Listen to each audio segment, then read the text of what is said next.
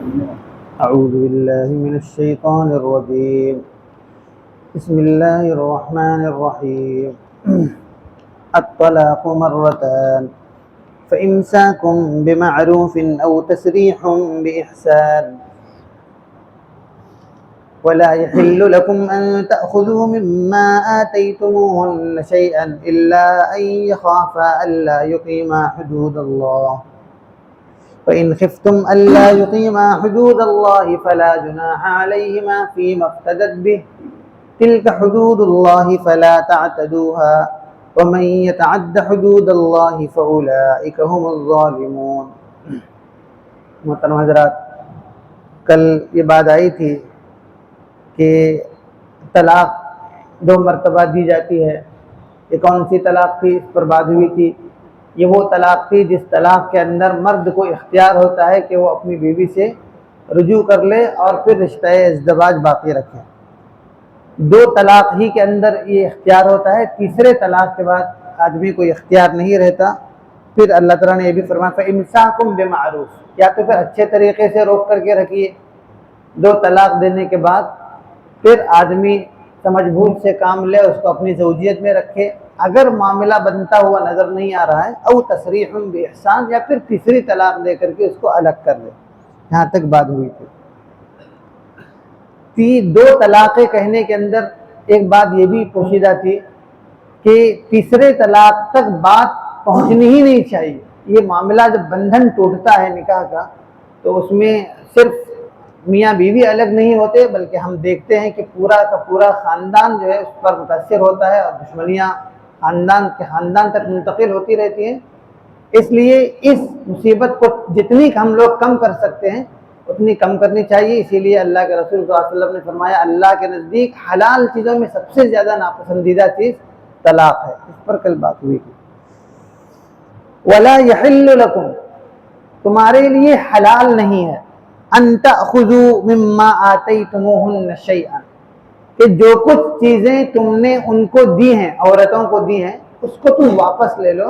یہ حلال نہیں ہے، جائز نہیں. مطلب یہ ہے کہ آدمی نے شادی کے بعد کچھ زیورات بنائے، کچھ مکان اس کے نام پر کر دیے، یہ ساری چیزیں اگر دے دیا اور بطور تحفہ اس کو دیا، اور یہ ساری چیزیں اب طلاق دینے کے بعد آدمی حساب کتاب لے کر کے بیٹھ جائے کہ ہم نے تمہارے لیے وہاں سیر کرائی تھی، تمہارے لیے اسٹور کا انتظام کیا تھا، اس موقع پر ہم نے اتنے پیسے خرچ کیے تھے، وہ سارے پیسے اب دے دو. یہ مرد کی مردانگی کے منافی چیزیں ہیں. جو چیزیں خرچ کی محبتوں میں خرچ کیا تھا، اب اس کا حساب کتاب لینا آدمی کے لیے صحیح نہیں ہے. اور اللہ تعالیٰ فرما رہا ہے کہ فَإِنْ خِفْتُمْ أَلَّا يُقِيمَا حُدُودَ اللَّهِ، اگر تمہیں اس بات کا ڈر ہے کہ تم دونوں اگر ان 2 طلاق کے بعد پھر ملنا چاہ رہے ہو اور مل رہے ہو، اور تمہیں اس بات کا خطرہ ہے کہ اب مزید اگر ساتھ رہیں گے تو اللہ تعالیٰ کے جو حدود ہیں قائم کردہ، ان حدود کو ہم جو ہے صحیح طور پر نہیں رکھ سکیں گے، یہ حدود پامال ہو جائیں گے، تو پھر تیسرا طلاق دے کر کے آدمی اپنی زوجیت سے الگ کر سکتا ہے. آگے جو حصہ آ رہا ہے آیت کا، اس کے اندر خلا کا بیان ہے. خلا کے بیان کے اندر یہ کہا گیا کہ عورت کو بھی اختیار ہے، صرف مرد کو اختیار نہیں. عورت کی زندگی اگر جہنم بنی ہوئی ہے تو چونکہ طلاق کا اختیار مرد کو ہے، اب ہم کیا کریں؟ تو عورت کیا کر سکتی ہے؟ قاضی کی عدالت میں اپنا مقدمہ پیش کر سکتی ہے یہ کہتے ہوئے کہ ہم اپنی زندگی سے تنگ آ چکے ہیں کہ اس شوہر نے ہمارا جینا دوہر کر دیا. عورت کو اختیار دیا اسلام نے. کیا اختیار؟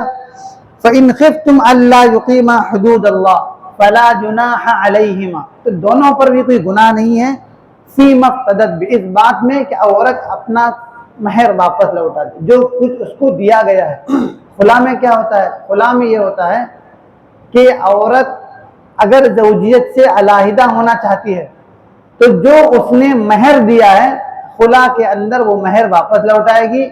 مرد کے لیے جائز نہیں ہے کہ اس کے علاوہ کوئی اور چیز کا مطالبہ کرے، کیونکہ جو زندگی اس نے ساتھ میں گزاری ہے اس نے اس سے سب کچھ حاصل کر لیا ہے. لہٰذا زیادہ سے زیادہ عورت اگر علیحدگی چاہتی ہے تو پھر عورت کو کیا ہے؟ اپنا مہر واپس لوٹا کر کے اس سے علیحدگی اختیار کر سکتی ہے. اس کے اندر جو خلا کے اندر جو چیزیں ہیں اس میں دو باتیں معلوم ہوئی. اگر معاملہ بہت زیادہ خراب ہو رہا ہے تو عورت کو بھی اختیار ہے کہ وہ مسئلہ قاضی کی عدالت میں پیش کرے اور اپنا خلا حاصل کرے.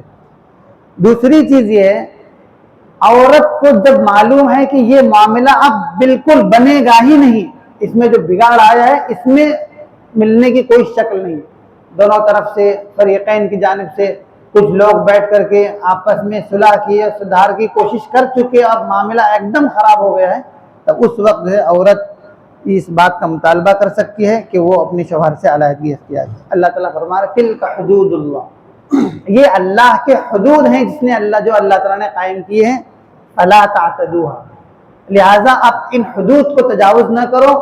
مرد منہ پھٹ جو ہے مال مانگ رہا ہے ورنہ ہم دستخط نہیں کریں گے آپ کے خلا نامے پر، آپ جو اتنے پیسے سارے واپس لوٹا دیجئے، وہ پیسے واپس دیجئے، یہ پیسے واپس دیجئے، یہ ظلم ہے عورت کے ساتھ. اور مرد کی اس کی بھی منافع ہے، اس کی جو شان ہے قوامیت کی، اس کو چھوڑ دینا چاہیے. زیادہ سے زیادہ عورت اپنا مہر واپس لوٹا سکتی ہے، وہ مہر لے کر کے خاموش رہے. تلک حدود اللہ فلا تعتدوها، لہذا اس سے زیادہ تجاوز کرنے کا اختیار نہیں. ومن يتعد حدود اللہ، جو اللہ کے حدود کو تجاوز کرتا ہے، فاولئک هم الظالمون، یہ لوگ در حقیقت اپنے اوپر ظلم کرنے والے ہیں.